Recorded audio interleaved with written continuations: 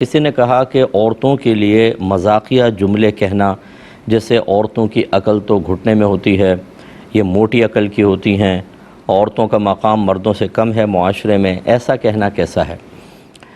دیکھیں، مذاق اڑانا تو کسی کا بھی منع ہوتا ہے، چاہے وہ مرد ہو یا عورت ہو، جس سے اس کی دل آزاری ہو، یہ بالکل منع ہوتا ہے اور گناہ اور حرام کے زمرے میں آتا ہے، لہذا تو ہونا ہی نہیں چاہیے۔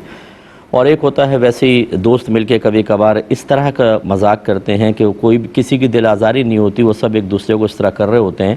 اس کو بھی ہم منع ہی کرتے ہیں، کیونکہ کیفیات بدلتی رہتی ہیں۔ بسا اوقات ایک شخص جو اکثر مذاق کو برداشت کر لیتا ہے، اس وقتی کیفیت میں وہ ایسا ہوتا ہے کہ وہ برداشت نہیں ہوتی بات، اور وہ اس کا مطلب بیڈ رسپانس دیتا ہے، اور سامنے والے کہتے ہیں یار تجھے کیا ہو گیا آج، تم تو ایک دم غصے ہو گئے۔ تو یہ ہوتا ہے کیفیات مختلف، اس میں بھی احتیاط کرنی چاہیے۔ اور پھر خواتین کے حق میں اس طرح کے جملے کہنا جس سے یہ ظاہر ہو کہ آپ ان کی توہین کر رہے ہیں، تحقیر کر رہے ہیں، انہیں احساس کمتری میں مبتلا کرنے کی کوشش کر رہے ہیں، یہ غلط ہوتا ہے۔ یہ یقیناً یہ جملے ہیں کہ نبی کریم صلی اللہ علیہ وسلم نے ارشاد فرمایا کہ عورتیں ناقصات العقل ہوتی ہیں، ان میں عقل کی کمی ہوتی ہے، لیکن اس کا مطلب یہ نہیں ہے کہ معاذ اللہ مردوں کے مقابلے میں عقل کا نور ان کو کم دیا گیا ہے۔ بعض خواتین ہزاروں مردوں کو بیچ کر کھا جائیں، اتنی ذہین ہوتی ہیں۔ اور میرا اکثر یہ مشاہدہ ہے، کیونکہ ہماری اسٹوڈنٹس ہیں، بچے بھی ہیں، بچیاں بھی پڑھتی ہیں، کہ اگر ایک 16 سال کی بچی ہے تو 16 سال کے لڑکے سے کہیں زیادہ اس کا دماغ تیز کام کرتا ہے۔ یہ جو نبی کریم نے ارشاد فرمایا، اس کی بڑی ایک وجہ یہ ہے کہ اکثر عورتوں کی کیفیات، ان کی فیلنگز، ان کے عقلی فیصلوں پر غالب آ جاتی ہیں، اور پھر یہ غلط فیصلہ کر لیتی ہیں۔ اسی لیے اکثر خواتین بعد میں پچھتاتی نظر آتی ہیں کہ کاش میں ایسا نہ کرتی۔ وہ ایک وقتی کیفیت ہوتی ہے، ایک اسٹرانگ فیلنگ ہوتی ہے ان کے باطن کے اندر، اس کے وہ بنیاد بنا کر وہ عقل کے تمام تر فیصلوں کو نظر انداز کر کے بعض اوقات ڈائیورس لے لیتی ہیں، بعض اوقات کسی سے رشتہ داری ختم کر دیتی ہیں اور بعد میں پچھتاتی ہیں۔ اس اعتبار سے تو نبی کریم صلی اللہ علیہ وسلم نے ارشاد فرمایا، یا ہم یوں کہہ لیں کہ اجتماعی اعتبار سے اگر دیکھیں تو مردوں کو اجتماعی اعتبار سے اللہ نے زیادہ عقل سے نوازا، کیونکہ ان کو بہت سارے عقول کے کام کرنے تھے اور بچیوں کے لیے تھوڑا سا کم رکھا۔ لیکن اس کا مطلب یہ نہیں ہے کہ ہر ایک کے ساتھ ایسا ہوتا ہے، جیسے میں نے بتایا، جیسے ہماری والدہ سیدہ عائشہ طیبہ طاہرہ مفتیہ مجتہدہ، ہزارہا امت کے مردوں سے زبردست آپ کا ذہن تھا، اور اسی طریقے سے اور جو خواتین اسلام میں گزری ہیں، تو اس لیے مطلقاً ایسے جملے کہنا صحیح بھی نہیں ہوتا، اور دل آزاری کا سبب بنے تو حرام ہے۔ یہ کہتے ہیں کہ نابالغ بچے کا دین کے لیے اگر کوئی نابالغ بچہ اگر دین کے لیے تعاون کرے تو کیا وہ لینا چاہیے کہ نہیں، اور اگر لے لیا تو کیا والدین کو لوٹانا ہوگا؟ دیکھیں، دو تین چیزیں ہوتی ہیں۔ ایک تو یہ بعض اوقات والدین ہی بچوں کو دیتے ہیں، جیسے مسجد میں اعلان ہو رہے ہیں چندے کے یا کوئی اور چیز ہوتی ہے، تو کہ بچوں کو دے دیا، بچے نے جا کر دے دیا، تو حقیقتاً وہ بچہ نہیں دے رہا، وہ تو والدین دے رہے ہیں۔ دوسرا یہ کہ بچہ اپنی پاکٹ منی سے دے رہا ہے، اور انتہائی معمولی سی چیز دے رہا ہے، کوئی 5 روپے 10 روپے دے دیے، کوئی اتنی بڑی رقم نہیں ہے، تو وہ بھی چل جاتا ہے، کوئی مسئلہ نہیں ہے۔ اور ایک ہوتا ہے کہ چھوٹا نابالغ بچہ ہے اور وہ خطیر رقم دے رہا ہے، اتنی بڑی رقم دے رہا ہے کہ جس میں مطلب نقصان کا پہلو ہے، تو اس قسم کے تصرفات نابالغ کے نافذ نہیں ہوتے، اور اگر وہ دے دے تو اس کو لینا ہی نہیں چاہیے، اسے کہنا چاہیے اپنے والدین کے ذریعے آپ دیں۔ اور اتنی بڑی رقم مثلا 2 لاکھ 3 لاکھ بچہ دے دے اٹھا کے گڈیاں لے آئے، تو پھر یہ اس طرح کے چندے لینے سے احتیاط کرنی چاہیے، کیونکہ بچہ اپنے مال میں اس طرح کا تصرف کرے کہ اس میں نقصان کا پہلو ہو، یہ شریعت منع کرتی ہے۔ اگرچہ یہ تو دین کے لیے تعاون ہے، لیکن پھر بھی بعض اوقات ایسا ہوتا ہے بچے از خود جوش میں آ کر کچھ کر لیتے ہیں اور بعد میں مسائل پیدا ہوتے ہیں، تو بڑی رقوم جو ہے نہ لی جائیں، چھوٹا بہت تو چل جائے گا۔ یہ کہتے ہیں کہ کسی قومی عہدے پر لوگوں کی ناپسندیدگی کے باوجود جمع رہنا کیسا ہے؟ جیسے مثال کے طور پہ شہر کے قاضی، یہ پڑوسی ملک سے آیا، وہاں پہ شہروں کے اندر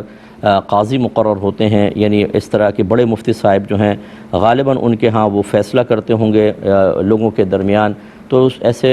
حضرات کے جو باقاعدہ فریقین کو بٹھا کر ان کی بات سن کر فیصلہ کریں، اسے قاضی پہلے دور میں کہا جاتا تھا۔ تو یہ کہتے ہیں کہ اگر کسی قومی عہدے پر اس طرح کا کوئی شخص جم گیا ہو اور لوگ اس کو پسند نہیں کر رہے، تو کیا حکم شرع ہوگا؟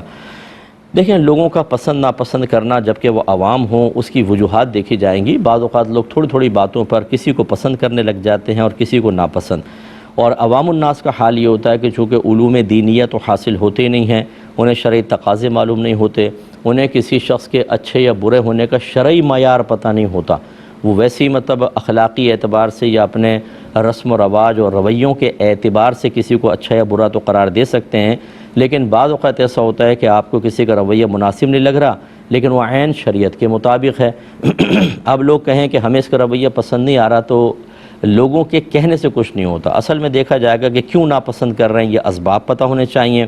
پھر جو لوگ ناپسند کر رہے ہیں کیا اس میں صرف عوام ہیں یا خواص بھی ہیں، علماء ہیں، مفتیان کرام ہیں؟ اگر ایسا ہے کہ عوام خواص دونوں اور معقول شرعی وجہ سے کسی کو ناپسند کر رہے ہوں تو اسے اس عہدے سے بالکل ہٹ جانا چاہیے اور دوسرے کو موقع دینا چاہیے۔ صرف عہدوں سے چپٹ کر رہ جانا اور لوگ پسند نہیں کر رہے ہوں تو لازم بات ہے کہ لوگ پھر ان کے پاس آ کے اپنے مسائل تو نہیں لائیں گے جس کو ناپسند کر رہے ہیں،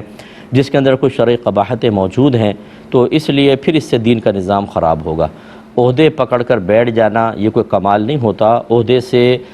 دیانتدارانہ معاملہ کرنا یہ ہے کمال۔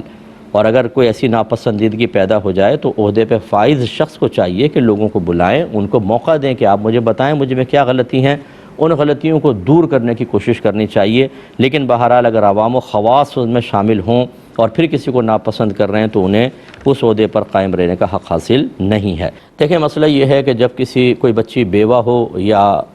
طلاق بائن مطلقہ ہوں تو یہ بیوہ کا کویسچن کیا تو 4 ماہ 10 دن ان کی عدت ہوتی ہے اور اس میں لازم ہوتا ہے کہ اپنے گھر کے اندر رہیں، اور جہاں پر مطلب جیسے شوہر کے گھر میں ہیں شوہر کا انتقال ہوا تو وہیں پر ان کو عدت گزارنی ہوگی، بلا شرعی عذر کے وہاں سے باہر نکلنا منع ہوتا ہے۔